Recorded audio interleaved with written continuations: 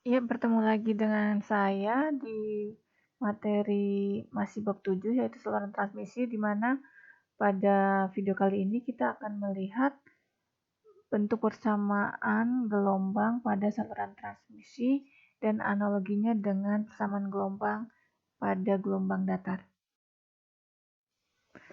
Slide ini sudah kita lihat di video sebelumnya, di mana ini adalah persamaan telegrafer orde 2 untuk tegangan dan arus, dan kita samakan persamaan ini dengan persamaan orde 2 untuk medan listrik dan medan magnet yang didapat dengan menurunkan hukum Faraday dan hukum Ampere. Nah, di mana sudah kita katakan berdasarkan kesamaan bentuk dari persamaan orde 2 untuk tegangan dan arus dan persamaan orde 2 untuk medan listrik dan medan magnet, maka dapat kita pastikan bahwa persamaan gelombang tegangan dan persamaan gelombang arus akan memiliki bentuk yang sama dengan persamaan gelombang datar, medan listrik, dan medan magnet. Sekarang kita lihat, ini adalah persamaan telegrafer untuk tegangan. Dan sekarang kita perhatikan hukum Faraday, di mana ini adalah hukum Faraday dalam bentuk real time, di mana ini adalah hukum Faraday dalam bentuk fasor.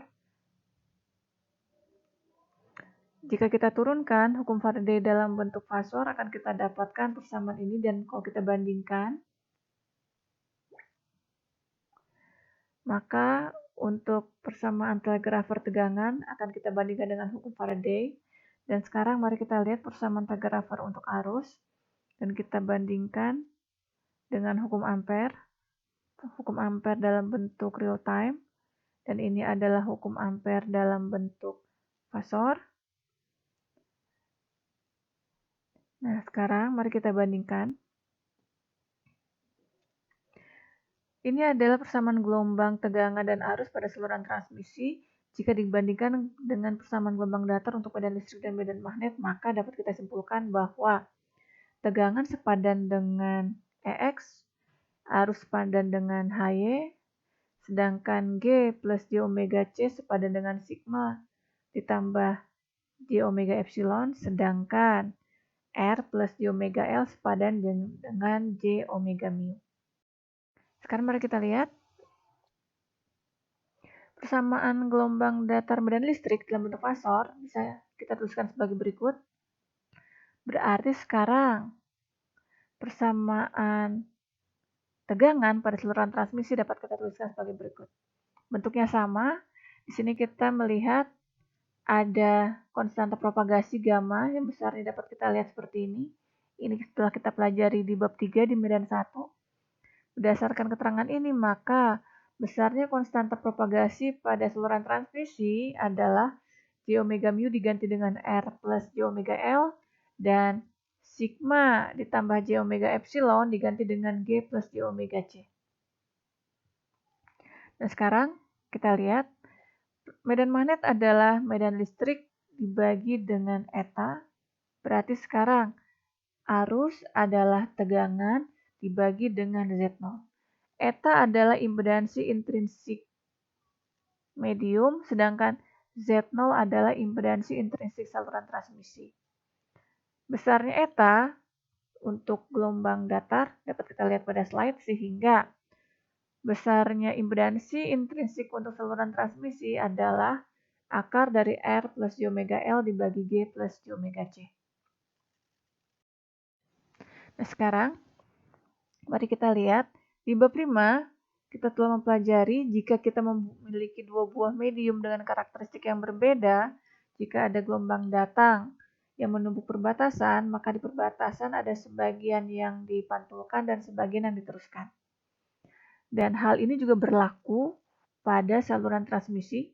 Jika kita memiliki dua buah kabel yang disambung, di mana karakteristik kabel berbeda antara kabel hijau dan kabel berwarna kuning, maka jika ada tegangan yang datang ke perbatasan, maka di perbatasan adalah sebagian tegangan ada yang dipantulkan dan sebagian ada yang diteruskan.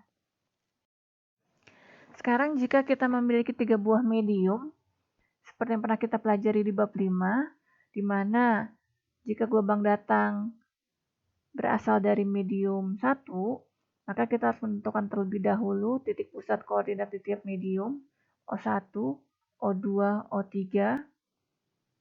Nah, sekarang kasus 3 medium ini pada dasarnya setara dengan kita memiliki 2 buah saluran transmisi dan medium paling ujung setara dengan beban.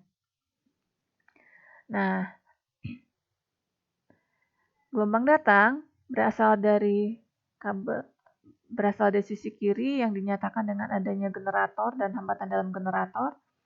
Dan sekarang kita tentukan titik pusat tiap saluran transmisi O1, O2, O3, dan minus D2.